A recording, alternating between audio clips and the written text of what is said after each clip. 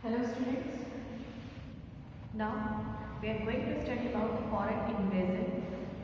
We are on the chapter number 10 of history, that is contact with the distant land. Previously we have studied about the trade route, that is the sea route, the land route, the western coast, the eastern coast and the Silk Route. After that we have studied about the southern region, kings and the rulers, the Cholas, the Sheras and the Pandyas. Now we are going to study about central and northern regions. Who were the kings of the central and the northern region? The Shunga dynasty we have studied into the previous video. That Pushyamitra Shunga defeated the last ruler of the Maurya dynasty, that was Brihadrath. When Pushyamitra Shunga defeated Brihadrath, he becomes the founder of the Shunga dynasty. Then he performed the Ashwamedh Yagna, and after that whatever territory he has captured, that of the last territory of the Mauryan Empire was captured by Shunga dynasty. The Satavahanas, this new dynasty become one of the more important regional power of Central India. They ruled for about 3 centuries. The Satavahanas dynasty have been ruled into the Central India. Now we are going to study about the foreign invasion. Into the foreign invasion there were 3 dynasties over there: the Sakas, the Parthians and the Kushans. Into the foreign invasion, we have already read about the Alexander, that how he had came to India and how he wants to capture and make the territory into the India. But the Indo-Greek, the Sakas, the Parthians and the Kushans were the foreign invaders. They have came to India and captured it and make its territory as their dynasty's part. So they all belong to the Asian tribes, but they merged with the Indian culture. As I have already told into the previous video, that they have already merged with the Indian culture along with their own culture. Some of them had adopted the Indian religion, that is Hindu religion and the Buddhism religion. And Meander, the Indo-Greek king from Bactria, Meander, also known as Milan, converted himself into the Buddhism under the influence of the Buddhist monk Namsen. Next, what is the Sakas dynasty? Sakas was the most famous dynasty out of these. In all of the three, the Sakas were the most famous dynasties in all 3. They were powerful rulers and ruled for about 300 years in India. Their most famous ruler was Rudradaman. The capital was Ujjain in central India. Ujjain was the capital of the Sakas dynasty, and the most famous ruler of Sakas dynasty was Rudradaman. Rudradaman was the most famous ruler of the Sakas dynasty, and the Saka dynasty ruled over India for about 300 years. The Parthians, now we are going to study about the Parthians. The Parthians were of Persian origin. They had taken over some territories in the northern western region of Punjab and Sindh, which forms most of the northern Pakistan today. The northern Pakistan area was under the control of the Parthians at that time. So Gondophares was one of their most prominent ruler. Gondophares, okay, Gondophares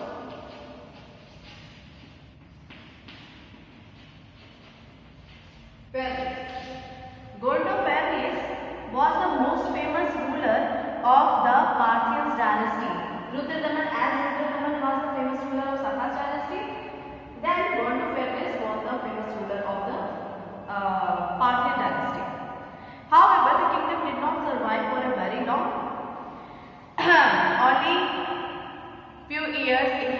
expanded their dynasty, their ruling into the northern part of the India. Now we are going to study about Kushans. Who were Kushans? The Kushans were a tribe of Central Asia. They were the tribal people of the Central Asia who came from the west. They were able to defeat the Indo-Greek and later defeated the Parthians, Sakas and the Parthians. They had defeated the Indo-Greek people, Indo-Greek ruler at that time, and then after that they had defeated the Parthians and the Sakas also. They were able to thus control nearly whole Punjab plain, extending over more modern day Pakistan. Punjab plain area up to the Afghanistan, they have controlled that particular area. Up to Afghanistan to the area of Punjab. Next, they ruled from 15 CE to 120 CE. Kanishk was their most prominent king. He ruled about 42 years. Into the Kushans, Kanishk was a famous ruler at that time, and he had spent 42 years in ruling the Pakistan and Afghanistan area. Art and literature. Kanishk was a great king who had lot of interest in art and literature. Into the art and literature, Kanishk had so much interest into that. The Gandhar school of art is famous art from which has Greek links to Indian art. Greek links to Indian art means the Gandhar school was established by the Kanishk. Next, Buddha Charitra is a famous book written during the time of Kanishk. During the time of Kanishk, Buddha Charitra was the famous book which was written at that time into the rule of the Kanishk. It has a very significant place of Buddhist literature. Charak, another Ayurvedic physician, was a jewel of his court. Charak was a physician who was the jewel of Kanishk court. Next, his book Charak Samhita is another famous book of those times and is considered to be the valuable source of knowledge related to the Ayurveda. Charak Samhita was the book written by Charak at that time, and Charak was the jewel, means was the part of the Kanishk court. Next, Patanjali was another famous person who wrote about words and grammars in his book Mahabhashya. Patanjali was another famous person who had wrote the book of Mahabhashya. Means he had wrote a literature related to the language. Next, currency. What was the main currency into the Kanishk rule? Many coins, including those of gold, have been found from this period. This easy availability of gold from this period shows that it was a prosperous kingdom. Kanishk dynasty or Kushan dynasty, the easily availability of gold coin can be shown that the Kushan dynasty to the Kushan period, India was the most prosperous country into the world. Next, the spread of Buddhism. After that, we are going to know about the spread of Buddhism. Kanishk became a follower of Buddhism. Kanishk had converted himself and he became the follower of the Buddhism. He, like Ashoka, started spreading the teaching of Buddhism but did not denounce other religion. He built monasteries and stupas at many places. Many statues of Buddhas were made and established in different places into the Kushan dynasty. Kanishk spread a new form of Buddhism known as Mahayana. Mahayana was a new form of Buddhism which was promoted by the Kanishk. He also spread the thought of other holy persons known as Bodhisattvas who were also worshipped. The Jatak tales related many stories about such holy persons. The Jatak tale was a book into which many stories related to the holy persons, many stories related to the good persons have been written into that. The Buddhist system saw a divide. One sect was known as Mahayana or the bigger Vikal, and the other orthodox sect was known as Hinayana. Two sects were divided into the Buddhism. First one is Mahayana and second one is Hinayana. The orthodox Buddhists were known as Hinayana and the Mahayana was the sect of the Buddhism. Those following the Hinayana did not believe in idol worship, nor did they believe in the bodhisattvas. The people who are following the Hinayana, they do not worship the idol of Buddhism, of Lord Buddha. They do not have interest into the worshipping of the idol. They had also not believed the bodhisattvas. Once the Silk Road was established, the traders and other travelers started to take advantage of moving caravans from one place to the another. Once the Silk Road was established, the traders and other travelers started to take advantage of the moving caravans. Means traders used to move from one place to another by using the Silk Route. The historians, scholars and the pilgrims traveled to see how people in different parts of the world live and prosper. They then took back things and thought to implement in their own kingdom and settlements. So people use the Silk Route to move from one place to another. They used to, the scholars and the historians who moved from one place to another, they used to capture the thought or the ruling strategies of other countries and then come back and tell to their king, and then after that the kings used to follow that instructions which is given by the scholars and the historians at that time. Scholars and pilgrims, now we are going to study about that. Many of the invaders and their tribesmen who came from Central Asia converted to Buddhism. Means many tribesmen who had came from the Central Asia to the India, they had converted themselves into the Buddhism. The spread of Buddhism through the Silk Road and the Sea Route extended wide into China and many parts of the Southeast Asia as well as Sri Lanka. Means Buddhism, using the Silk Route, Buddhism has been spread from into the all world. Means from China to Malaysia, to Indonesia, also to the Sri Lanka. The various structures and other relics found in different parts of the world are evidence that the teaching of Buddha spread wide and people adopted Buddhism in all over the world. Similarly, a few countries later there were many Chinese scholars and travelers who traveled through both land and sea route. They were using both land and sea routes.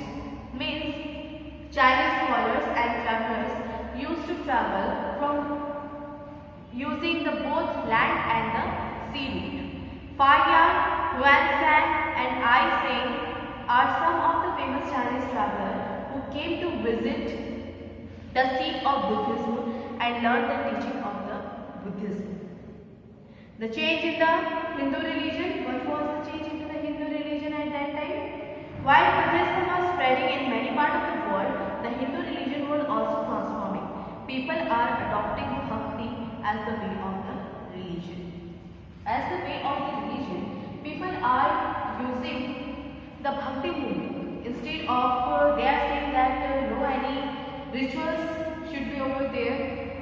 The expensive rituals, no need to perform the expensive rituals. They are saying that we will get the God by doing the Bhakti. Next, the Bhakti movement. The gods of this period were not linked with the natural phenomena as was the practice of the Vedic period. No sacrifice or complex rituals were required to be performed. Into the Bhakti movement, no any sacrifice or no any rituals is necessary to be performed. There was no bar on who could or not do bhakti or devotion to the God. There is no bar. If people want to do the bhakti, they can, or if they don't want to do, they can't. Next, does this moderate form of the religious belief found favor with many Hindus, and they began to consider that this as a path to achieve salvation. They had started doing the bhakti to show the devotion to the God by doing the bhakti, and they had said that after doing this we can get the salvation. What do you mean by salvation? Salvation into the Hindi we can say that salvation is mukti. Mukti from which? Mukti from the life cycle. Idol worship came into being as this could be done from any part of their own homes or did not require big ceremonies. Idol worship in Hindu we already know that idol worship is performed by each and every person, and people can do worship from their home and did not require any big ceremonies related to that. The phases of Hinduism is known as the Bhakti movement. This phase of Hinduism for doing the bhakti, for doing the worship of the God, this is known as the Bhakti movement. No need of the ceremonies is over there, and no need of expensive rituals to be performed for the devotion, to show the devotion to the God. Next, deities of different forms of gods like Shiva, Vishnu, and goddesses like Parvati, Gauri were worshipped at that time. Idols started finding a place in temple which were initially not as grand as the Buddhist monuments. Into the Buddhist monuments, we can say that into the Sanchi stupas or whatever they have constructed, they also have the monument into them, and into the Hindu temple we can see that there is also the idols of the God placed over there to do the worship. The temple were usually small rooms and places where people could chant their prayers. What was the temple? The temple were usually a small room or place where people could chant or people could perform their prayer at front of that idol or in front of that God. The spread of Buddhism is also the spread of Hindu philosophy, continues side by side in the centuries to come. Although the popularity of Buddhism declined in India, it gained strength into the other neighboring countries in a big way. We can say that the spread of Buddhism has been declined into the India, but into the other neighboring countries such as China, into the Malaysia, into the Indonesia, and also in Sri Lanka, Buddhism has stabilized its neck over there into that countries. So this we have completed chapter number 10 of history. Next we are going to start the chapter number 8 of geography. Into the next video we will get to start chapter number 8 of geography, that is climate, vegetation and